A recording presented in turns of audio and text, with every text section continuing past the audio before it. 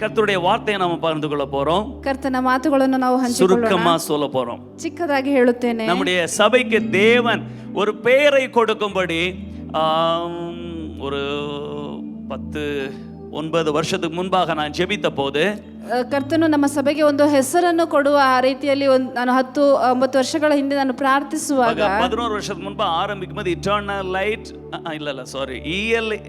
Electronic city Christian fellowship அப்படின்னு தான் ஆரம்பிச்சோம். ನಾನು 11 ವರ್ಷದ ಮುಂಚೆ ಇದನ್ನು ಆರಂಭಿಸುವಾಗ ಎಲೆಕ್ಟ್ರಾನಿಸಿಟಿ ಕ್ರಿಶ್ಚಿಯನ್ ಫೆಲೋಶಿಪ್ ಅಂತಾನೆ ನಾವು ಇದನ್ನು ಆರಂಭಿಸಿದೆವು. ஒரு வருஷம் பிறகு 1 ವರ್ಷದ ನಂತರ கர்த்தர் ஒரு வருஷம் ஜெபம் பண்ணி ஒரு தெளிவான ஒரு தரிசனத்தை சபையை குறித்து கர்த்தர் எனக்கு கொடுத்தார். ಕರ್ತನು ನಾನು 1 ವರ್ಷ ಪ್ರಾರ್ಥಿಸಿದ ಮೇಲೆ ಒಂದು ಸ್ಪಷ್ಟವಾದ ಒಂದು ವಿಷಯವನ್ನು ನನಗೆ ಹೇಳಿಕೊಟ್ಟರು. அப்போது ಆಗ நான் ஜெபிக்கும்போது ನಾನು ಪ್ರಾರ್ಥಿಸುವಾಗ கர்த்தர் let your light shine என்ற வார்த்தையை கொடுத்தார். ಕರ್ತನು ನಿನ್ನ let your light shine ಅಂತ ವಾಕ್ಯವನ್ನು ನನಗೆ ಕೊಟ್ಟರು. உன்னுடைய வெளிச்சம் பிரகாசிக்க கடவுது. ನಿನ್ನ ಬೆಳಕು ಪ್ರಕಾಶಿಸಲಿ ಎಂದು. அதன் அடிப்படையிலே தான் ಅದರ ಆಧಾರದಲ್ಲಿ eternal light நித்திய வெளிச்சம் என்ற பெயரை நமது சபைக்கு தேவன் கொடுத்து நாம் பெயரை காயின் பண்ணினோம். ಎಟರ್ನಲ್ ಲೈಟ್ ಅಂತ ನಿತ್ಯದ ಬೆಳಕು ಅಂತ ಹೇಳಿ ನಾವು ಇದಕ್ಕೆ ಹೆಸರನ್ನು ಇಟ್ಟೆವು. இந்த சபையில் இருக்கிற நீங்க எல்லாரும் இந்த தரிசனத்தின் கீழே இணைக்கப்பட்டிருக்கிறீங்க. ಈ ಸಭೆಯಲ್ಲಿರುವ ನೀವೆಲ್ಲರೂ ಈ ದರ್ಶನದ ಕೆಳಗೆ ನೀವು ಜೋಡಿಸಲ್ಪಟ್ಟಿದ್ದೀರಾ. நித்திய வெளிச்சம், ನಿತ್ಯವಾದ ಬೆಳಕು. ஹalleluya. நித்திய வெளிச்சம் செத்த பிறகு இல்ல, இப்போதே உங்களில் இருக்கிற வெளிச்சம் பிரகாசிக்க கடவுது. ನಿತ್ಯವಾದ ಬೆಳಕು ಅಂತ ಹೇಳಿದರೆ ನೀವು ಸತ್ತ ನಂತರ ಅಲ್ಲ, ಈಗಲೇನೆ ಆ ಬೆಳಕು ನಿಮ್ಮಲ್ಲಿ ಪ್ರಕಾಶಿಸುತ್ತಿದೆ. ஹalleluya. ಯೇಸು சொன்னார், நான் உலகத்துக்கு ஒளியா இருக்கிறேன் என்று சொன்னார். ಯೇಸು ಹೇಳಿದರು, ನಾನು ಲೋಕಕ್ಕೆ ಬೆಳಕಾಗಿದ್ದೇನೆ ಎಂದು. அப்புறம் சொன்னார், நீங்களே உலகத்துக்கு வெளிச்சமா இருக்கிறீர்கள். ನಂತರ ಹೇಳಿದರು, ನೀವೇ ಲೋಕಕ್ಕೆ ಬೆಳಕಾಗಿದ್ದೀರಾ. உங்கள் வெளிச்சம் பிரகாசிக்க கடவுது. ನಿಮ್ಮ ಬೆಳಕು ಪ್ರಕಾಶಿಸಲಿ. எல்லாரும் இதை நம்பணும். ಎಲ್ಲರೂ ಇದನ್ನು ನಂಬಬೇಕು. என் வெளிச்சம் பிரகாசிக்கும். ನನ್ನ ಬೆಳಕು ಪ್ರಕಾಶಿಸುತ್ತದೆ. ஆமென். ஹalleluya. ஹalleluya. எல்லாரும் சொல்லுங்க, என் வெளிச்சம் என் வெளிச்சம் பிரகாசிக்கும். பிரகாசிக்கும். உதிக்கிற என் ஒளியிடத்துக்கு உதிக்கிற என் ஒளியிடத்துக்கு ராஜாக்கள் கடந்து வருவார்கள். ராஜாக்கள் கடந்து வருவார்கள். எல்லாரும் நம்பிக்கையோட சொல்லுங்க, என் வெளிச்சம் என் வெளிச்சம் பிரகாசிக்கும். பிரகாசிக்கும். ஆமென். ஆமென். எழும்பி பிரகாசி, உன் ஒளி வந்தது என்று சொல்லப்பட்டிருக்கிறது. ಎದ್ದು ಪ್ರಕಾಶಿಸು, ನಿನ್ನ ಬೆಳಕು ಬಂದಿದೆ ಎಂದು உதிக்கிற ಹೇಳಲ್ಪಟ್ಟಿದೆ. உன் ஒளிக்கு ಉದಯಿಸುವ ನಿನ್ನ ಬೆಳಕಿನ ಬೆಳೆಗೆ ராஜாக்கள் கடந்து வருவார்கள். ರಾಜರುಗಳು ಬರುವರು. எபேசியர்ல படிக்கிறோம். ಎಫೆಸಿಯರಲ್ಲಿ எபேசியர் 5ல ಎಫೆಸದವರಲ್ಲಿ தூங்குகிற நீ மரித்தோரை விட்டு எழுந்திரு, அப்பொழுது கிறிஸ்து உன்னை பிரகாசிப்பிப்பார். ನಿದ್ದೆ ಮಾಡುವಂತ ನೀನು ಮರಣ ಹೊಂದಿದವರಿಂದ ಬಳಿಂದ ಎದ್ದೇಳು, ಆಗ ಕರ್ತನು ನಿನ್ನಲ್ಲಿ ಪ್ರಕಾಶಿಸುವನು ಎಂದು. It's a clear cut, தெளிவான ஒரு உபதேசம். நாம் பிரகாசிக்கணும். ಇದು ಒಂದು ಸ್ಪಷ್ಟವಾದ ಉಪದೇಶ, ನಾವು ಪ್ರಕಾಶಿಸಬೇಕು. ஆமென். ஹalleluya. ஹalleluya. எல்லாரும் சொல்லுங்க, நான் பிரகாசிப்பேன். நான் பிரகாசிப்பேன். கிறிஸ்து என்னை பிரகாசிப்பிப்பார். கிறிஸ்து எனக்குள் பிரகாசிப்பார். நான் கிறிஸ்துவின் நாமத்திலே பிரகாசிப்பேன். நான் கிறிஸ்துவின் நாமத்தில் பிரகாசிப்பேன். நீங்க எங்க இருந்தாலும், ನೀವು ಎಲ್ಲೇ ಇದ್ದರೂ, எப்படிப்பட்ட சூழ்நிலை இருந்தாலும், ಎಂತ ಸನ್ನಿವೇಶದಲ್ಲಿ ஐயோ வீடே இல்ல, வாடகை வீடு பாஸ்டர், ஒரு தெருவுல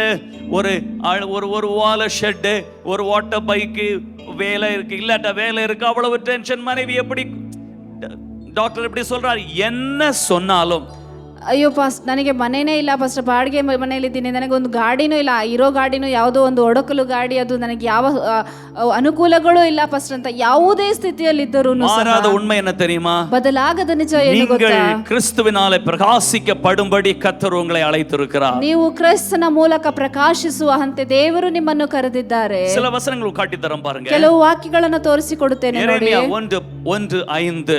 ಎರೆಮಿಯಾ 1:5ನೇ ವಾಕ್ಯ. Before I formed, தமிழ்ல, நான் உன்னை தாயின் வயிற்றிலிருந்து உருவாவதற்கு முன்னே உன்னை அறிந்தேன். ನಾನು ನಿನ್ನನ್ನು ಗರ್ಭದಲ್ಲಿ ರೂಪಿಸುವುದಕ್ಕಿಂತ ಮುಂಚೆ ತಿಳಿದಿದ್ದೆನು. நீ கர்ப்பத்திலிருந்து வெளிப்படும் முன்னே நான் உன்னை வேறு பிரித்து, பரிசுத்தம் பண்ணின வேறு பிரித்து, உன்னை ஜாதிகளுக்கு தீர்க்கதரிசியாய் கட்டளையிட்டேன். ನೀನು ಉದರದಿಂದ ಬರುವುದಕ್ಕಿಂತ ಮೊದಲೇ ನಿನ್ನನ್ನು ಪ್ರತಿಷ್ಠಿಸಿದೆನು, ಜನಾಂಗಗಳಿಗೆ ಪ್ರವಾದಿಗಳನ್ನಾಗಿ ನಿನ್ನನ್ನು ನೇಮಿಸಿದ್ದೇನೆ. ಆಮೆನ್. ಆಮೆನ್. நான் உன்னை தாயின் வயிற்றிலே உருவாவதற்கு முன்பே அறிந்தேன். ನಿನ್ನನ್ನು ಗರ್ಭದಲ್ಲಿ ರೂಪಿಸುವುದಕ್ಕೆ ಮುಂಚೆಯೇ ನಾನು ತಿಳಿದಿದ್ದೇನೆ. தாயின் வயிற்றிலே நம்முடைய சரீரம் உருவானது.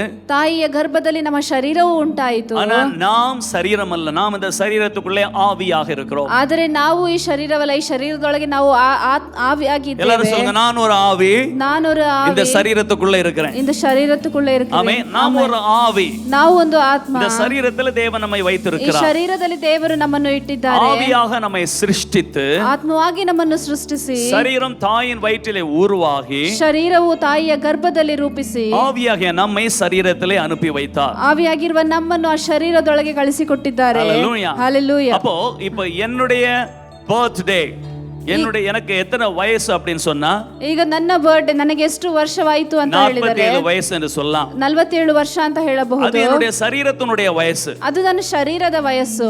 ஆமென். ಆಮೆನ್. என்னுடைய ஆவியின் வயசு எனக்கு தெரியாது. ನನ್ನ ಆತ್ಮದ ವಯಸ್ಸು ನನಗೆ ಗೊತ್ತಿಲ್ಲ. என்னுடைய ஆக்சுவல் வயசு எனக்கு தெரியாது. ನನ್ನ ಆಕ್ಚುಯಲ್ ವಯಸ್ಸು ಏನು ಅಂತ ನನಗೆ ಗೊತ್ತಿಲ್ಲ. என்னுடைய ஆத்துமாவின் வயசு 47. ನನ್ನ ಆತ್ಮದ ವಯಸ್ಸು 47. அந்த ஆவி ஏற்கனவே நான் ஆவியாக தேவனிடத்தில் இருந்தேன். ಆದರೆ ಆವಿಯಾಗಿ ನಾನು ದೇವರ ಬಳಿ ಮುಂಚೆಯೇ ಇದ್ದೇನೆ. தேவன் என்னை தமக்குள்ளே சிருஷ்டித்தார். ದೇವರು ತಮ್ಮೊಳಗೆ ನನ್ನನ್ನು ಸೃಷ್ಟಿಸಿದರು. He created me.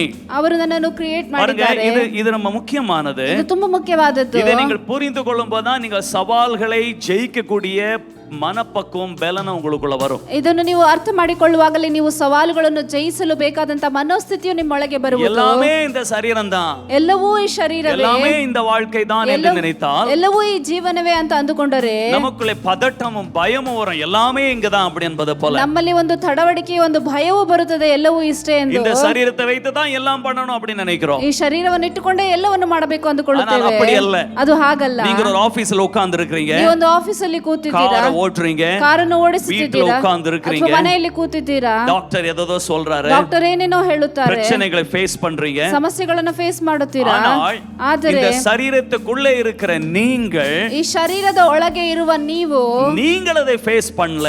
ನೀವು ಅದನ್ನ ಫೇಸ್ ಮಾಡ್ತಾ உங்கள் ಇಲ್ಲ. சரீரம் தான் அதை ஃபேஸ் பண்ணுது. ನಿಮ್ಮ ಶರೀರ ಅದನ್ನು ಫೇಸ್ ಮಾಡ್ತಾ உங்கள் ಇದೆ. சூழ்நிலைகள் எல்லாம் சரீரத்தோட கனெக்ட் ஆகப்பட்டது. ನಿಮ್ಮ ಸನ್ನಿವೇಶಗಳೆಲ್ಲವೂ ನಿಮ್ಮ ಶರೀರದೊಂದಿಗೆ ಕನೆಕ್ಟ್ நீங்கள் ಆಗಿರುವಂತದ್ದು. அதை ஃபேஸ் பண்ணல. ನೀವು ಅದನ್ನ ಫೇಸ್ ಮಾಡ್ತಾ ಇಲ್ಲ. நீங்கள் தேவனால் சிருஷ்டிக்கப்பட்டு ನೀವು ದೇವರಿಂದ ಸೃಷ್ಟಿಸಲ್ಪಟ್ಟು இந்த சரீரத்தில் அனுப்பி ಈ வைக்கப்பட்டிருக்கிறீங்க. ಶರೀರದಲ್ಲಿ ಕಳಿಸಲ್ಪಟ್ಟಿದ್ದೀರಾ ஒரு நோக்கத்தோடு, ಒಂದು ಗುರಿಯೊಂದಿಗೆ.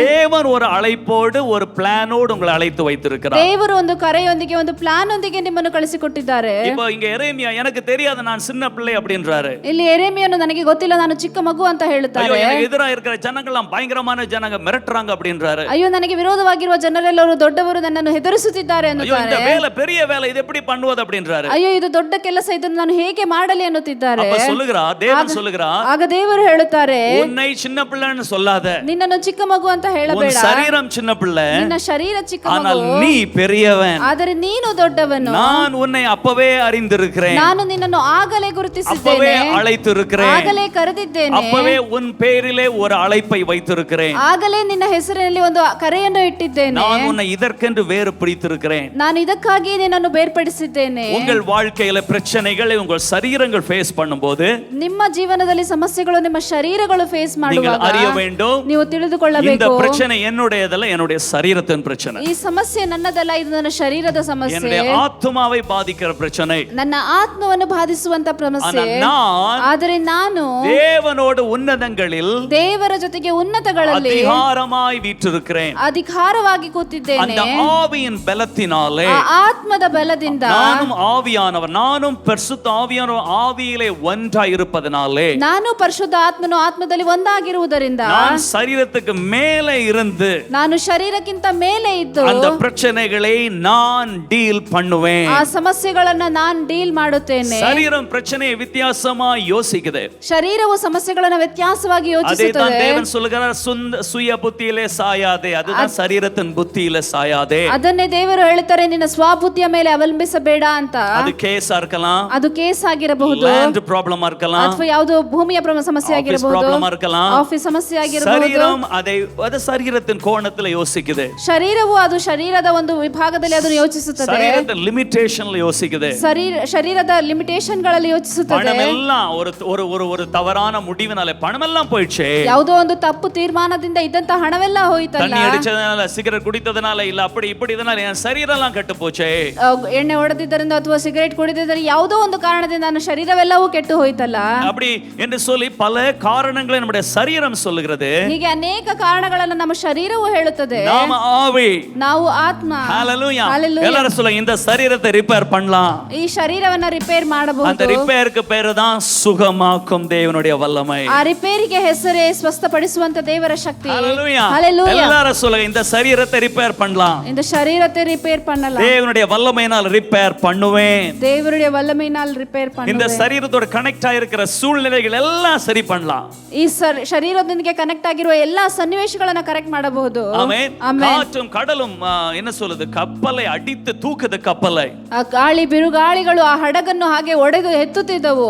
ஐயோ தப்பு பண்ணிட்டோம்னு சொல்லி 1000 காரணங்களை இங்க பேசலாம். ಅಯ್ಯೋ ತಪ್ಪು ಮಾಡಿಬಿಟ್ಟಿವೆ ಅಂತ 1000 ಕಾರಣಗಳಲ್ಲಿ ಅಲ್ಲಿ ಮಾತನಾಡಬಹುದು. ஆனால் தேவனுடைய ஆவியினாலே ಆದರೆ ದೇವರ ಆತ್ಮದಿಂದ ஒரு வார்த்தை நமக்கு கொடுக்கப்படும். ಒಂದು ಮಾತು ದೇವರಿಂದ ನಮಗೆ அந்த ಕೊಡಲ್ಪಡುವುದು. வார்த்தையினால் அந்த காற்றையும் கடலையும் அப்படியே அடக்க முடியும். கைகளை தட்டி ಆ கர்த்தரை ವಾಕ್ಯದಿಂದ ಸ್ತೋத்திரிப்போம். ಬಿರುಗಾಳಿಯನ್ನು ನಾವು ಹಾಗೆಯೇ ಅಡಗಿಸಬಹುದು. ஹalleluya. Hallelujah. தேவன் உங்களை அறிந்திருக்கிறார். ದೇವರು ನಿಮ್ಮನ್ನು ತಿಳಿದಿದ್ದಾರೆ. நீங்கள் அதை அறிய வேண்டும். ನೀವು ಅದನ್ನು ತಿಳಿದುಕೊಳ್ಳಬೇಕು. நான் என்னுடைய அனுபவத்தை தான் பேசுகிறேன். ನಾನು ನನ್ನ ಅನುಭವವನ್ನೇ ಮಾತನಾಡುತ್ತಿದ್ದೇನೆ. எவ்வளவு பிரச்சனைகள், எவ்வளவு சவால்கள், ಎಷ್ಟು ಸಮಸ್ಯೆಗಳು, ಎಷ್ಟು ಸವಾಲುಗಳು. நான் என்ன பண்ணுவேன் ನಾನೇನು ಮಾಡುವುದು அப்படி என்று சொல்லும்போது ಹಾಗೆ ಅಂತ ಹೇಳುವಾಗ நாம் நம்ம இந்த சரீரத்தோடு சேர்த்துக்கிறோம். ನಾವು ನಮ್ಮನ್ನು ಈ ಶರೀರದೊಂದಿಗೆ ಸೇರಿಸಿಕೊಳ್ಳುತ್ತಿದ್ದೇವೆ. புரியுதா உங்களுக்கு? ಅರ್ಥವಾಗ್ತದೆ நான் என்ன ನಿಮಗೆ? பண்ணுவேன்? ನಾನೇನು ಮಾಡುವುದು? யார் உதவி செய்வா எனக்கு? ಯಾರು ಸಹಾಯ ಮಾಡುವರು அப்படி என்று ನನಗೆ? சொல்லும்போது ಹಾಗಂತ ಹೇಳುವಾಗ உங்களை இந்த சரீரத்தோடு ஒண்ணா பாக்குறீங்க. ನಿಮ್ಮನ್ನು ನಿಮ್ಮ ಶರೀರದೊಂದಿಗೆ ಒಂದಾಗಿ ஆனா ನೋಡುತ್ತೀರಾ. பைபிள்ல எங்கேயுமே அது ஒண்ணா பார்க்கல. ಆದರೆ ಬೈಬಲ್ ಅಲ್ಲಿ ಎಲ್ಲೂ ಸಹ ಒಂದಾಗಿ ನೋಡಲಿಲ್ಲ. நாம் அங்க இருந்து வந்தோம், சரீரம் தாயின் கற்பையில இருந்து வந்தது. ನಾವು ಅಲ್ಲಿಂದ ಬಂದೆವು, ಶರೀರ ತಾಯಿಯ ಗರ್ಭದಿಂದ ಬಂದಿತು. சரீரம் அழிவுக்குள்ளானது, பாவத்துக்குள்ளானது, அது ஒருபோதும் ரட்சிக்கப்படாது. ಶರೀರವು ನಾಶಕ್ಕೊಳಗಾಗುತ್ತದೆ ಮತ್ತು ಪಾಪಕ್ಕೊಳಗಾಗುತ್ತದೆ, ಅದು ಯಾವಾಗಲೂ ರಕ್ಷಣೆಗೆ ಹೊಂದುವುದೇ ಇಲ್ಲ. நான் தேவனோடு ஒன்றா இருக்கிறேன். ಆದರೆ ನಾನು ದೇವರೊಂದಿಗೆ நான் ಒಂದಾಗಿದ್ದೇನೆ. இந்த சரீரத்துக்குள்ள இருக்கிறேன். ನಾನು ಈ ಶರೀರದ ಒಳಗೆ ಇದ್ದೇನೆ. தேவனுடைய பலத்தினால் சரீரத்தின் மேல் அதிகாரம் உள்ளவனாய் இருக்கிறேன். ದೇವರ ಬಲದಿಂದ ಶರೀರದ ಮೇಲೆ ಅಧಿಕಾರವುಳ್ಳವನಾಗಿದ್ದೇನೆ. ஒரு நாள் இந்த சரீரத்தை விட்டுக்கிட்டு அப்படியே போவேன். ಆದ್ರೆ ಒಂದು ದಿನ ಈ ಶರೀರವನ್ನು ಬಿಟ್ಟು ಬಿಟ್ಟು ನಾನು ಹಾಗೆಯೇ ಹೋಗುತ್ತೇನೆ. இது எல்லாமே நான் வேறொரு டைமென்ஷன்ல இருக்கிறேன். ಇದೆಲ್ಲವೂ ನಾನೊಂದು ಬೇರೆ ಡೈಮೆನ್ಷನ್ ಅಲ್ಲಿ ಇದ್ದೇನೆ. இதை சிந்தித்து தியானித்து நீங்கள் இதை உங்களுக்குள்ளே நினைவாக கொண்டு வர வேண்டும். ಇದನ್ನು ನೀವು ಚಿಂತಿಸಿ ಇದನ್ನು ನಿಮ್ಮನ್ನು ಒಂದು ನೆನಪಾಗಿ ಯಾವಾಗಲೂ ಇಟ್ಟುಕೊಳ್ಳಬೇಕು. கலாத்தியர் 1:15 பவுல் தன்னை குறித்து சொல்லுகிறத பாருங்க. ಗಲಾತಿಯರ್ 1:15 ಪೌಲು ತನ್ನ ಬಗ್ಗೆ ಹೇಳುವುದನ್ನ ನೋಡಿ, நான் என் தாயின் வயிற்றில் இருந்தது முதல் என்னை பிரித்தெடுத்து தம்முடைய கிருபையினாலே அழைத்திருக்கிறார். ನಾನು ನನ್ನ ತಾಯಿಯ ಗರ್ಭದಲ್ಲಿದ್ದಾಗಲೇ ನನ್ನನ್ನು ಪ್ರತ್ಯೇಕಿಸಿ ತನ್ನ ಕೃಪೆಯಿಂದ ಕರೆದ ದೇವರು. ஆமென். அவர் அப்பவே என்னை பிரித்தெடுத்திருக்கிறார். ಆತನು ಆಗಲೇ ನನ್ನನ್ನು ಪ್ರತ್ಯೇಕಿಸಿದ್ದಾರೆ. பவுல் சொல்லுகிறார்னா அவரை மட்டும் இல்ல, எல்லாருக்குமே அதே அனுபவம், அதே ப்ராசஸ் தான். ಪೌಲರು ಹೇಳುತ್ತಿದ್ದಾನೆ ಅಂತ ಹೇಳಿದರೆ ಅವರಿಗೆ ಮಾತ್ರ ಇದು ಅಲ್ಲ, ಎಲ್ಲರಿಗೂ ಅದೇ ಪ್ರಾಸೆಸ್. சங்கீதம் 139:16 படிக்கலாம். ಕೀರ್ತನೆ 139:16 ಓದೋಣ. என் கருவை கண்கள் கண்டது, என் அவயவங்களில் ஒன்றாகிலும் இல்லாத போதே அவைகள் அனைத்தும் அவைகளில் உருவேறும் நாட்களும் உம்முடைய புஸ்தகத்தில் எழுதியிருக்கிறதே. ನಾನು ಗುಪ್ತ ಸ್ಥಳದಲ್ಲಿ ಏರ್ಪಡುತ್ತಾ ಭೂಗರ್ಭದಲ್ಲಿ ರಚಿಸಲ್ಪಡುವ ಇದ್ದಾಗಲೇ ಅಸ್ಥಿಪಂಜರವು ನಿನಗೆ ಮರೆಯಾಗಿದ್ದಿಲ್ಲ. ಆಮೆನ್. கரு உருவாவதற்கு முன்பாகவே நீர் என்னை பார்த்தீர். ಆ ಗರ್ಭದಲ್ಲಿ ನಾನು ಉಂಟಾಗುವುದಕ್ಕಿಂತ ಮುಂಚೆಯೇ ನೀನು ನನ್ನನ್ನು ನೋಡಿದ್ದೀಯಾ. நம்மை ஆவியாக தேவன் பார்த்தார். ನಮ್ಮನ್ನು ಆವಿಯಾಗಿ ದೇವರು ನೋಡಿದ್ದಾರೆ. ஹalleluya. Hallelujah. நாம் தேவனோடு ஆவியிலே ஒன்றாயிருக்கிறோம். ನಾವು ದೇವರೊಂದಿಗೆ ಆವಿಯಲ್ಲಿ ಒಂದಾಗಿದ್ದೇವೆ. ஹalleluya. Hallelujah. செகண்ட் பாயிண்ட், ಎರಡನೇ ಪಾಯಿಂಟ್, நம்முடைய சரீரம், ನಮ್ಮ ಶರೀರವು, ஆவி, ನಮ್ಮ ಆತ್ಮ. இந்த ரெண்டுக்கு இடையில ஆத்மா. ಈ ಎರಡಕ್ಕೆ ಮಧ್ಯ ಆತ್ಮ. கவனிங்க, உங்களுடைய இன்ஜினியரிங் குறித்து சொல்றேன், உங்களுடைய பாடி இன்ஜினியரிங் குறித்து சொல்றேன். ನಾನು ನಿಮ್ಮ ಬಾಡಿ ಇಂಜಿನಿಯರಿಂಗ್ ಬಗ್ಗೆ ಹೇಳುತ್ತೇನೆ. ஆத்மா எப்படி உண்டானது? ಆ ಪ್ರಾಣವು ಹೇಗೆ ಉಂಟಾಯಿತು? நம்முடைய சரீரத்திலே ஆவி வந்த உடனே, ನಮ್ಮ ಶರೀರದಲ್ಲಿ ಆ ಆವಿಯು ಬಂದ ನಂತರ, தேவ சுவாசம் வந்த உடனே, ದೇವರ ಶ್ವಾಸವು ಬಂದ ನಂತರ ஆத்மா கான்ஷியஸ்னஸ் உண்டானது. ಆ ಆತ್ಮ ಕಾನ್ಶಿಯಸ್ನೆಸ್ ಉಂಟಾಯಿತು. அதுதான் நம்முடைய பர்சனாலிட்டி. ಅದೇ ನಮ್ಮ ಪರ್ಸನಾಲಿಟಿ. நம்ம சரீரம் இருக்கிறது, ನಮ್ಮ ಶರೀರವಿದೆ. சரீரத்துக்கு ஈக்குவலாய் நினைக்கிற, சிந்திக்கிற, உணர்கிற, தீர்மானம் எடுக்கிற அந்த அனுபவம் தான் ஆத்மா. ಶರೀರಕ್ಕೆ ಸಮಾನವಾಗಿ ನಾವು ಆಲೋಚಿಸುವ ತೀರ್ಮಾನ ತೆಗೆದುಕೊಳ್ಳುವಂತ ಅದೇ ಆತ್ಮವದು. இந்த ஆத்மாவிலே 3 காரியங்கள். ಈ ಆತ್ಮದಲ್ಲಿ 3 ವಿಷಯಗಳು: சிந்தனைகள், ಚಿಂತನೆಗಳು, உணர்ச்சிகள், ಭಾವನೆಗಳು, தீர்மானங்கள். ತೀರ್ಮಾನ ಮಾಡುವುದು. எல்லாரும் சொல்லுங்க, லாஜிக்கல் மைண்ட், சிந்தனை, ಚಿಂತನೆ, உணர்ச்சி, தீர்மானங்கள். Alright, இந்த மூன்றிலோ ಈ ಮೂರರಲ್ಲಿಯೂ சிந்தனை மிகவும் முக்கியம். ಆ ಚಿಂತನೆ ಮಾಡುವುದು ತುಂಬಾ ಮುಖ್ಯ. நம்முடைய சிந்தனையின் அடிப்படையில் நம்முடைய உணர்ச்சிகள் மாறும். ನಮ್ಮ ಚಿಂತನೆಗಳ ಆಧಾರದಲ್ಲಿ ನಮ್ಮ ಭಾವನೆಗಳು ಬದಲಾಗುತ್ತವೆ. உணர்ச்சியின் அடிப்படையிலே நாம் தீர்மானம் எடுக்கிறோம். ನಮ್ಮ ಆ ಭಾವನೆಗಳ ಆಧಾರದಲ್ಲಿ ನಾವು ತೀರ್ಮಾನವನ್ನು ತೆಗೆದುಕೊಳ್ಳುತ್ತೇವೆ. சிந்தனையின் அடிப்படையில் என்ன சிந்திக்கிறோமோ அதுக்கேற்றபடி தான் நம்முடைய உணர்ச்சிகள் எல்லாம் மாறுது. ஆமாவா இல்லையா? ನಾವು ನಮ್ಮ ಚಿಂತನೆಗಳ ಆಧಾರದಲ್ಲಿ ನಾವು ಏನನ್ನು ಚಿಂತಿಸುತ್ತೇವೋ ಅದರಂತೆ ನಮ್ಮ ಭಾವನೆಗಳು ಸಹ ಬದಲಾಗುತ್ತವೆ. ಹೌದಾ ಅಲ್ಲವಾ? நல்லா இருப்பீங்க, ஹாப்பியா இருப்பீங்க, ಚೆನ್ನಾಗಿ ಹ್ಯಾಪಿ ಆಗಿರ್ತೀರಾ. உங்களுக்கு பீட்டர்னு ஒருத்தர் ரொம்ப பணம் ஏமாத்திட்டான்னு வைத்துக்கொள்வோமே. ನಿಮಗೆ ಪೀಟರ್ ಅಂತ ಒಬ್ಬ ವ್ಯಕ್ತಿಯು ಹಣವನ್ನು ಮೋಸ ಮಾಡಿದ್ದಾನೆ ಅಂತ ಇಟ್ಟುಕೊಳ್ಳಿ. ஆனா சந்தோஷமா இருக்கீங்க, ಸಂತೋಷವಾಗಿದ್ದೀರಾ. அந்த பீட்டர் என்ற வார்த்தை யாராவது எங்கேயாவது சொன்னா டக்குன்னு உங்க மைண்ட்ல அந்த பீட்டர் என்ற வார்த்தை பணத்தை ஏமாத்திட்டாரு, எப்ப தருவாரோ தெரியல, பக் என்று சொல்லி ஒரு வித்தியாசமான ಉಣರ್ಚಿ வருது. ನೀವು ಆ ಸಂತೋಷವಾಗಿರುವಂತ ಸಮಯದಲ್ಲಿ ಯಾರಾದರೂ ಒಬ್ಬರು ಪೀಟರ್ ಅಂತ ಒಂದು ವ್ಯಕ್ತಿಯ ಹೆಸರನ್ನು ಕೇಳಿದ ತಕ್ಷಣ ನಿಮಗೆ ಆ ಹೃದಯದಲ್ಲಿ ನಿಮಗೆ ಅವಾಗ ಅನಿಸುತ್ತದೆ, ಆ ವ್ಯಕ್ತಿ ನನಗೆ ಹೀಗೆ ಮೋಸ ಮಾಡಿಬಿಟ್ಟಲ್ಲ ಅಂತ ಒಂದು ಭಾರ ನಿಮ್ಮಲ್ಲಿ ಕಾಣಿಸಿಕೊಳ್ಳುತ್ತದೆ. ಆಮೆನ್. ಆಮೆನ್. இப்ப நல்ல பிரசங்க கேட்டே இருக்கீங்க. ಈಗ ಚೆನ್ನಾಗಿ ಪ್ರಸಂಗವನ್ನು திடீரென்று பக்கத்து வீட்டில இருந்து நல்ல பிரியாணி ஸ்மெல் வந்த உடனே, ஓ காலையில சாப்பிடல, எப்ப பிரசங்கம் முடிக்கிறானே வெளியில என்ன சாப்பிடலாம், டக்குன்னு உங்க சிந்தனை அந்த ஸ்மெல்னால டக்குன்னு உணர்ச்சி, அந்த உணர்ச்சி பசி ஆரம்பிக்கிறது. ತಕ್ಷಣ ಪಕ್ಕದ ಮನೆಯಿಂದ ಒಂದು ವೇಳೆ ನಿಮಗೆ ಏನಾದರೂ ಬಿರಿಯಾನಿಯ ವಾಸನೆ ಬಂದರೆ, ಓ ಬೆಳಗ್ಗೆ ನಾನು ಊಟ ಮಾಡಿಲ್ಲ, ನನಗೆ ಇದು ಹಸಿವಾಗುತ್ತಾ ಇದೆ ಅಂತ ತಕ್ಷಣ ನಿಮ್ಮ ಅಲ್ಲಿ ನಿಮ್ಮ ಭಾವನೆಯಲ್ಲಿ ಕೆಲಸ ಮಾಡಲು ಆರಂಭಿಸುತ್ತದೆ. சிந்தனை உணர்ச்சியை மாற்றுகிறது. ಆದ್ದರಿಂದ ಚಿಂತನೆಗಳು ನಿಮ್ಮ ಭಾವನೆಗಳನ್ನು ಬದಲಾಯಿಸುತ್ತದೆ. அப்புறம் விஞ்ஞானிகள் சொல்றாங்க, ಈಗ ವಿಜ್ಞಾನಿಗಳು ಹೇಳುತ್ತಾರೆ, நாம் எடுக்கிற தீர்மானங்களில் 90% தீர்மானங்கள் நம்ம உணர்ச்சியின் அடிப்படையில தான் எடுக்கிறோம். ನಾವು ತೆಗೆದುಕೊಳ್ಳುವಂತ 99% ಆ ತೀರ್ಮಾನಗಳು ನಮ್ಮ ಭಾವನೆ ಆಧಾರದಲ್ಲಿ ನಾವು ತೆಗೆದುಕೊಳ್ಳುತ್ತೇವೆ. எல்லா நன்மை தீமை எல்லாவற்றையும் கணக்கு போட்டு விலையெல்லாம் பார்த்து பலதும் கணக்கு போடுவோம். எல்லா ಬೆಲೆಗಳನ್ನು ಒಳ್ಳೆದು ಕೆಟ್ಟದ್ದು ಎಲ್ಲವನ್ನು ಲೆಕ್ಕವನ್ನು ಮಾಡುತ್ತೇವೆ. கடையில போய் பிடிச்ச கலர் கேட்போம், ಅಂಗಡಿಗೆ ಹೋಗಿ ಇಷ್ಟವಾದ ಕಲರ್ குறைந்தது கேட்போம், ಬೆಲೆ ಕಮ್ಮಿ ಆದದನ್ನು ಸ್ಟ್ರಾಂಗ್ ಆದದ್ದು ಕೇಳ್ಪோம், ಸ್ಟ್ರಾಂಗ್ ಆದದನ್ನು பெருசா கேட்போம், சின்னதா கேட்போம், ದೊಡ್ಡದಾಗಿ ಕೇಳುತ್ತೇವೆ, ಚಿಕ್ಕದಾಗಿ ಕೇಳುತ್ತೇವೆ. கடைசில வாங்கும்போது, ಆದರೆ ಕಡೆಯಲ್ಲಿ ತೆಗೆದುಕೊಳ್ಳುವಾಗ இதெல்லாம் அடிப்படையில வாங்க மாட்டோம், நமக்கு ஒன்னு பிடிச்சது அதை தான் வாங்குவோம். ಇದರೆಲ್ಲದ ಆಧಾರದಲ್ಲಿ ನಾವು ತೆಗೆದುಕೊಳ್ಳುವುದರೆ ನಮಗೆ ಯಾವುದು ಇಷ್ಟವಾಯಿತು ಅದನ್ನು ತೆಗೆದುಕೊಳ್ಳುತ್ತೇವೆ. ಇದದಾನೆ ಹಸ್ಬೆಂಡ್ಸ್ ನಮ್ಮ ಪಾಡು ಪಡ್றோம் அவங்க கூட கடைக்கு போயிட்டு. ಇದೇ ಅಲ್ವಾ ಗಂಡಂದಿರೆಲ್ಲವೂ ಪಡದ ಪಾಡು ಪಡುತ್ತಿದ್ದೀರಾ ಹೆಂಡತಿಯರ ಜೊತೆ? ಮೊದಲಿಗೆ ಕಡಗಾರ இந்த ಸಾರಿ தானே கொடுத்தான், அப்புறம் எதுக்கு 77 சாரியை இழுத்து போட்டு ಅವನೇ அந்த பாடுபடுத்தி நம்மளையும் ಕಷ್ಟಪಡುತ್ತಿ. ಮೊದಲೇ ಅಂಗಡಿಯವನು ಅದೇ ಸೀರೆಯನ್ನು ಕೊಟ್ಟಿರುತ್ತಾನೆ, ಅದರ ನಂತರ ಒಂದು 70 ಸಾರಿಯನ್ನು ಎಳೆದು ಹಾಕಿ ಅವನನ್ನೂ ಕಷ್ಟಪಡಿಸಿ ನಮ್ಮನ್ನೂ ಕಷ್ಟಪಡಿಸಿ. எடுத்த உடனே கலர் பிடிக்கல, பார்டர் பிடிக்கல, அப்ப என்ன பிடிக்கல சொல்லுங்க, அது பிடிக்கல, அப்படி இப்படி நிறைய பார்த்துட்டு அந்த பார்டர், அந்த கலரு, அந்த ஜருக எனக்கு தெரியாது நான், ஆனா கடைசியில் இதை தான் எடுப்போம். ஏன்னா நம்ம உணர்ச்சி நமக்கு ஃபீல், இது ஏன், அதெல்லாம் பதிலாம் கிடையாது, எனக்கு தான் பிடிச்சிருக்கு, அது ஏன், அதுக்கு பதில் இல்லை. ನೋಡಿದ ತಕ್ಷಣ ನಮಗೆ ಒಂದು ವೇಳೆ ಅದರ ಬಣ್ಣ ಇಷ್ಟವಾಗಲಿಲ್ಲ ಅಥವಾ ಬಾರ್ಡರ್ ಇಷ್ಟ ಆಗಿಲ್ಲ, ಯಾವುದೋ ಒಂದು ವಿಷಯಗಳನ್ನ ಹೇಳಿ ನಿಮ್ಮ ಮನಸ್ಸು ಅಲ್ಲಿ ಬದಲಾಗುತ್ತದೆ, ಯಾಕೆ ಅಂತ ಅದು ಗೊತ್ತೇ ಇರೋದಿಲ್ಲ. சோ உணர்ச்சியின் அடிப்படையில தான் நாம் தீர்மானங்களை எடுக்கிறோம். புரிந்துகொள்ளுங்க, தெரிஞ்சுக்கொள்ளுங்க உங்களை பற்றியே. ಭಾವನೆಗಳ ಆಧಾರದಲ್ಲಿ ನಾವು ತೀರ್ಮಾನಗಳನ್ನು ತೆಗೆದುಕೊಳ್ಳುತ್ತೇವೆ. ನಿಮ್ಮ ಬಗ್ಗೆ ನಾನು ಹೇಳುತ್ತಿದ್ದೇನೆ, ಅರ್ಥ ಮಾಡಿಕೊಳ್ಳಿ. இந்த ஆத்மா, ಈ ಆತ್ಮವು ಅದರ ಡಾಮಿನೆಂಟ್ ಆಗಿರುವುದು சிந்தனை, ಅದರಲ್ಲಿ ಡಾಮಿನೆಂಟ್ ಆಗಿರುವಂತದ್ದು ಚಿಂತನೆಗಳು. தேவன் சொல்கிறார், அவர்கள் சிந்தனையினாலே வீணராய் போனார்கள். ದೇವರು ಹೀಗೆ ಹೇಳುತ್ತಿದ್ದಾರೆ, ಅವರು ತಮ್ಮ ಚಿಂತನೆಗಳಿಂದ ಅವರು ಕೆಟ್ಟವರಾಗಿ ಹೋಗಿದ್ದಾರೆ. அவர்களுடைய இருதயம், ಭಾವನೆಗಳಿಲ್ಲದ ಅವರ ಹೃದಯವು, சிந்தனையிலே உணர்வில்லை, சிந்தனையினாலே ಕೆಟ್ಟು போனாங்க. ಆ ಚಿಂತನೆಗಳಲ್ಲಿ ಆ ಭಾವನೆಗಳು ತುಂಬಿಲ್ಲ, ಅದರಿಂದಲೇ ಅವರು ಕೆಟ್ಟು ಹೋಗಿದ್ದಾರೆ. இப்போ வேதத்திலே, ಈಗ ಸತ್ಯವೇದದಲ್ಲಿ கிறிஸ்துவின் சிந்தனை நமக்குள்ளே உண்டாக வேண்டும் என்று கர்த்தர் சொல்லுகிறார். ಕ್ರಿಸ್ತನ ಚಿಂತನೆಯು ನಿಮ್ಮಲ್ಲಿ ಉಂಟಾಗಬೇಕು ಎಂದು ದೇವರು ಹೇಳುತ್ತಾರೆ. ஆவியிலே ஒன்றாயிருக்கோம், ಆವಿಯಲ್ಲಿ ನಾವು ಒಂದಾಗಿದ್ದೇವೆ. சரீரம் வேற, நாம வேற, ಶರೀರ ಬೇರೆ ನಾವು ಬೇರೆ. கவனிக்கிறீங்களா?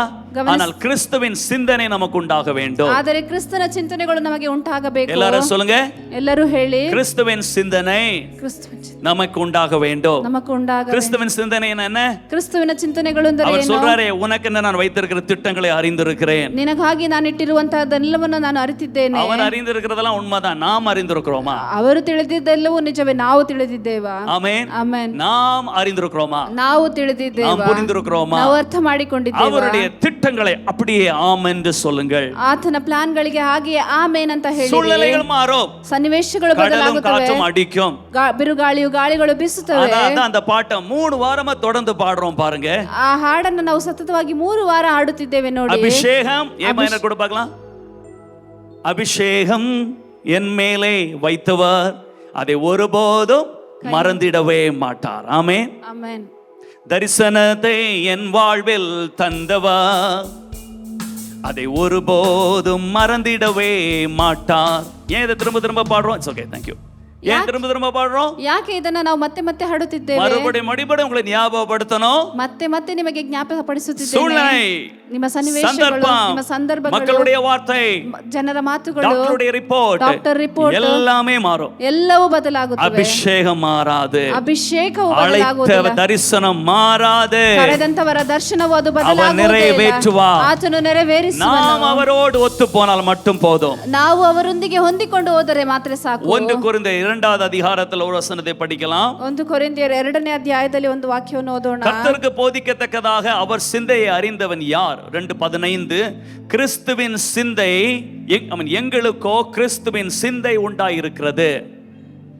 ಪವಿತ್ರಾತ್ಮನಿಂದ ನಡೆಸಿಕೊಳ್ಳುವ ಎಲ್ಲವನ್ನು ವಿವೇಚಿಸಿ ತಿಳಿದುಕೊಳ್ಳುತ್ತಾನೆ, ಆದರೆ ಅವನಿಗೆ ಯಾರು ವಿವೇಚಿಸಿ ತಿಳಿಸುವನು? கிறிஸ்துவின் சிந்தனை, அது அப்படி சொல்லுங்க தமிழ்ல. கிறிஸ்துவின் சிந்தனை நமக்கு உண்டாயிருக்கிறது. ಕ್ರಿಸ್ತನ ಚಿಂತನೆಗಳು ನಮ್ಮೊಳಗೆ ಉಂಟಾಗಿವೆ. எல்லாரும் சொல்லுங்க, கிறிஸ்துவின் சிந்தனை, ಕ್ರಿಸ್ತನ அவருடைய மனப்பக்குவம் அவருடைய எனக்கு உண்டாகிறது. எனக்கு உண்டாகிறது. அவர் என்ன சொல்கிறாரோ ಅವರು அதை அப்படியே அங்கீகரிக்கிறேன். அதை அப்படியே ಅಂಗೀಕರಿಸುತ್ತೇನೆ. அவர் சொல்வது ஒண்ணு, முன்னால இருக்கிறது செங்கடல். ಅವರು ಹೇಳುವಂತದ್ದು ಏನಂದ್ರೆ ಮುಂದೆ ಇರುವಂತದ್ದು ಕೆಂಪು ಸಮುದ್ರ. அவர் சொல்வது ஒண்ணு, முன்னால இருக்கிறது எரிகோ கோட்டையும் ராட்சசர்களும். ಅವರು ಹೇಳುವುದೊಂದು, ಆದರೆ ಮುಂದೆ ಇರುವುದು ಎರಿಗೋ ಕೋಟೆಯು ಮತ್ತು ರಾಕ್ಷಸರುಗಳು. ಆಮೆನ್. ಆಮೆನ್. புரியுதா உங்களுக்கு? ಅರ್ಥವಾಗ್ತಾ ಇದೆ ನಿಮಗೆ? ஆமென். ಆಮೆನ್. ஹalleluya. ஹalleluya. அவர் சொல்லுகிறார், ಅವರು ಹೇಳುತ್ತಿದ್ದಾರೆ, கட்டு அப்படினாரு என்கிட்ட. ಕಟ್ಟು ಅಂತ ஆனா ಹೇಳ್ತಿದ್ದಾರೆ. நிறைய ராட்சசர்கள் இப்படிலாம் வந்து நின்னாங்க. உண்மையாவே எனக்கு முன்னாலே வந்து நின்னாங்க. இது கட்டக்கூடாது, நாங்க ஜிம்ல இருந்து வரோம், இப்படிதான் நடப்போம், ஜிம்ல இருந்து வரோம், கட்டக்கூடாது, இதெல்லாம் லிட்டிகேஷன் இருக்கு, இதுல கேஸ் இருக்கு. நான் அவங்க முன்னால வெட்டுக்கிளியே போல தான் இருந்தேன். ಆದರೆ ತುಂಬಾ ರಾಕ್ಷಸರು ಹೀಗೆ ಬಂದು ನಿಲ್ಲುತ್ತಿದ್ದರು, ಇದನ್ನು ಕಟ್ಟಬಾರದು ಅಂತ ಒಂದು ತಡೆಯಾಗಿ ಅವರು ನಿಲ್ಲುತ್ತಿದ್ದರು. அந்த நேரத்தில் எனக்கு செங்கடல்லாம் இப்ப பிரசங்கம் பண்றதெல்லாம் ஞாபகம் வரல. அப்படியே கோபம் தான் வருது. இவனை அடிச்சிடலாமா? அடிக்க முடியாது, கை நம்மளால அடிக்க முடியாது, என்ன பண்ணலாம் இவனை? அப்படிதான் எனக்கும் தோணுச்சு, உங்களுக்கும் அப்படிதான் தோணும். ಆ ಸಮಯದಲ್ಲಿ ನನಗೆ ಏನು ಮಾಡಬೇಕು ಅಂತ ಗೊತ್ತಾಗ್ತಿಲ್ಲ. ಏನು ಮಾಡೋದು, ಇವನ್ನ ಹೊಡೆದ್ ಬಿಡೋಣ ಅಥವಾ ಬೇಡ, ಹೀಗೆ ಎಲ್ಲ ಆಲೋಚನೆಗಳು ನನಗೆ ಬರುತ್ತಿದ್ದವು. நீ யாரடா என்ன வந்து கட்டக்கூடாதுன்னு சொல்றதுக்கு? எனக்கு இல்லைன்னா காசு போட்டு நாங்க வாங்கியிருக்கோம், நாங்க கட்டுவோம், அப்படிலாம் புடு புடு புடுன்னு வருது. ஆனா ஒன்றும் பேசல இல்லையா? அவன் இப்படி இருக்கான்ல, அப்ப அப்படி ஒன்றும் பேசலாம, இதே தான் இருந்தோம், நம்ம லெவலே வேற. ஆமென். ನೀನೇನು ನನಗೆ ಹೇಳೋದು, ನನ್ನ ಬಳಿ ದುಡ್ಡಿದೆ, ನಾನು ಕಟ್ಟುತ್ತಿದ್ದೇನೆ ಅಂತ ಹೀಗೆಲ್ಲ ಆಲೋಚನೆಗಳು ಬರುತ್ತವೆ. ಆದ್ರೆ ನಾವು ಹಾಗಿರೋದ್ರಿಂದ ನಾವು ಹಾಗೆ ಸುಮ್ಮನೆ ಇರುತ್ತೇವೆ. போட்டோ எடுத்துட்டே இருப்பான், ಬಂದು ಹಾಗೆ ಫೋಟೋ ಅಂತ நான் எடுத்ததோட அவன் நிறைய போட்டோ எடுத்து டெய்லி ಒಂದು போட்டோ எடுத்துக்கிட்டே போயிட்டு இருப்பான். ನಾನು ತೆಗೆದುಕೊಂಡ ಫೋಟೋಗಿಂತ ಹೆಚ್ಚಾಗಿ ಅವನು ದಿನಾ ಬಂದು ಫೋಟೋ ತೆಗೆದುಕೊಳ್ಳುತ್ತಿದ್ದ. நியூஸ் பேப்பர் வச்சு போட்டோ எடுப்பாங்க, அந்த டேட் காட்டுறதுக்கு. இந்த டேட்ல இப்படி பண்றாங்க, நியூஸ் பேப்பர் வச்சுலாம் போட்டோ எடுப்பாங்க. ನ್ಯೂಸ್ ಪೇಪರ್ಗಳನ್ನೆಲ್ಲ ಇಟ್ಟುಕೊಂಡು ಅವರು ಫೋಟೋವನ್ನು ತೆಗೆತಿದ್ದ, ಯಾಕೆ ಈ ದಿನದಲ್ಲಿ ಹೀಗೆ ಎಲ್ಲ ಮಾಡುತ್ತಿದ್ದರು ಅಂತ ಹೇಳಿ. செங்கடல் முன்னால இருக்கு, ஆண்டவர் சொன்னார் போவோம். ಕೆಂಪು ಸಮುದ್ರ ಮುಂದೆ ಇದೆ, ಆದರೆ ದೇವರು ಹೇಳಿದರು ಹೋಗೋಣ இந்த ಅಂತ. இடத்துல உங்க சிந்தனை என்ன சொல்லுது? ಆದ್ರೆ ಆ ಸ್ಥಳದಲ್ಲಿ ಅವರ ಚಿಂತನೆಗಳು ಏನು ಹೇಳುತ್ತಿದ್ದವೆ? செங்கடல சொல்லுதா இல்ல ஆண்டவரோட? எஸ், ஆமென், போலாம் ஓகே. ಕೆಂಪು ಸಮುದ್ರವನ್ನು ನೋಡಿ ನಿಲ್ಲುತ್ತದಾ ಅಥವಾ ದೇವರು ಇದ್ದಾರೆ ಹೋಗೋಣ ಅನ್ನುತ್ತಾ? ಅವರು ಕೂಡವೇ, ಅವರ ಜೊತೆ play along with God. அவர் சொல்லுது அப்படியே ஆமென். எஸ், ಅವರು ಹೇಳುವುದಕ್ಕೆ ಹಾಗೆ ಎಸ್ ಆಮೇನ್ ಅಂತ ಹೇಳಿ ಹೋಗಬೇಕು. ஆமென், ஹalleluya. மற்றவங்க கேட்பாங்க, டேய் என்ன ஆமென் சொல்லிட்டு இருக்க, என்ன பண்ண போற? ಪಕ್ಕದಲ್ಲಿರೋರು ಕೇಳಬಹುದು, ಏನ್ ಆಮೇನ್ ಅಂತ ಹೇಳ್ತಾ ಇದೀಯ, ಏನ್ ಮಾಡಲು ಹೋಗ್ತಾ ಇದೀಯಾ? எனக்கு தெரியாது, ನನಗೆ ಗೊತ್ತಿಲ್ಲ. அப்ப அவங்க என்ன பண்ணாங்க? ಆಗ ಅವರು ಏನ್ ಮಾಡಿದ್ರು? இந்த கிழவனை கல்லெறிஞ்சு கொல்லணும், சும்மா எகிப்துல விடாம கூட்டிட்டு வந்து இந்த கடல் பக்கத்துல நிக்க வச்சிருக்கான்னு சொல்லி மோசேக்கு விரோதமாய் முறுமுறுத்து கல்லெறியவும் நினைத்தார்களாம். ಈ ಮುದುಕನನ್ನು ಹೇಗಾದರೂ ಕಲ್ಲೆಸೆದು ಕೊಲ್ಲಬೇಕು, ಅಲ್ಲಿಂದ ಕರೆತಂದು ನಮ್ಮನ್ನು ಇಲ್ಲಿ ಸಾಯಿಸಲು ನೋಡುತ್ತಿದ್ದಾನೆ ಅಂತ ಅವನಿಗೆ ವಿರೋಧವಾಗಿ, ಮೋಶೆಗೆ ವಿರೋಧವಾಗಿಯೂ ನಿಂತರು ಅವರು.